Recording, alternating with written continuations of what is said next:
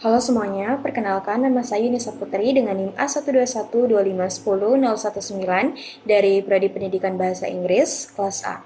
Jadi pada video kali ini saya akan memaparkan hasil resume saya mengenai materi yang telah dipresentasikan oleh kelompok 3 tadi, yaitu materi penegakan hukum yang berkeadilan. Baik, saya awali dengan pendahuluan dan pengertian penegakan hukum. Penegakan hukum yang berkeadilan pada dasarnya merupakan sebuah upaya sistematis yang dilakukan untuk menjalankan aturan hukum yang berlaku di dalam masyarakat. Dalam pelaksanaannya, konsep penegakan hukum tidak dapat dipisahkan dari esensi keadilan itu sendiri, yaitu pemenuhan hak-hak yang sama bagi setiap warga negara tanpa adanya tindakan diskriminasi. Ketika aturan hukum dijalankan secara beriringan dengan nilai keadilan, maka esensi dari hukum atau law dan keadilan atau justice dapat terwujud secara nyata di lingkungan masyarakat. Selanjutnya yaitu tujuan, prinsip, dan ciri-ciri penegakan hukum. Untuk mewujudkan fondasi tersebut, proses penegakan hukum di suatu negara harus memiliki arah yang jelas. Secara umum, terdapat 4 tujuan utama dari penegakan hukum. Antara lain yaitu yang pertama, menciptakan ketertiban di tengah masyarakat. Yang kedua, memberikan perlindungan terhadap hak asasi manusia atau HAM. Yang ketiga, menghadirkan rasa aman bagi setiap warga negara. Dan yang terakhir, mewujudkan keadilan sosial yang merata. Dalam bergerak mencapai tujuan tersebut, para penegak hukum wajib berpegang teguh pada 3 prinsip dasar, yaitu kepastian hukum, keadilan, dan kemanfaatan bagi masyarakat.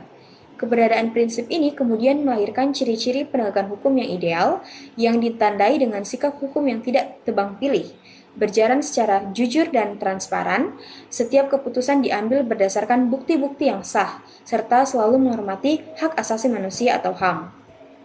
Contoh nyata dari penerapan ciri-ciri tersebut adalah ketika hukum berlaku sama dan setara bagi semua orang tanpa memandang status, serta setiap putusan peradilan murni diambil berdasarkan fakta-fakta yang terungkap di persidangan. Selanjutnya, tantangan dan upaya penyelesaian. Namun pada realitanya, jalur penegakan hukum sering kali menghadapi tantangan berat, salah satunya adalah permasalahan korupsi. Praktik korupsi memicu terjadinya penyalahgunaan kekuasaan atau abuse of power dan menciptakan ketidakadilan yang sistematik di dalam struktur institusi. Jika dibiarkan, hal ini akan menimbulkan efek domino yang merusak ketertiban dan meruntuhkan kepercayaan masyarakat terhadap hukum itu sendiri. Oleh karena itu, demi mengatasi tantangan tersebut dan menciptakan sistem yang benar-benar berkeadilan, diperlukan upaya penegakan hukum yang menggunakan pendekatan 2 arah secara seimbang, yaitu yang pertama, sektor internal, melakukan pembenahan, pengawasan, dan penguatan integritas dari dalam institusi penegak hukum itu sendiri. Dan yang kedua, sektor eksternal, melibatkan peran serta aktif masyarakat, pengawasan publik, dan perbaikan regulasi pendukung di luar institusi. Untuk kesimpulan yang dapat saya ambil, penegakan hukum yang berkeadilan adalah sebuah upaya sistematis yang krusial untuk menciptakan ketertiban dan perlindungan hak asasi manusia. Hal ini hanya dapat dicapai melalui penerapan aturan yang transparan, objektif, serta tidak tebang pilih, dengan tujuan akhir dan demi mewujudkan keadilan sosial bagi seluruh lapisan masyarakat. Itu saja resume yang dapat saya sampaikan. Jika ada kekurangan atau kesalahan, mohon dimaafkan. Terima kasih.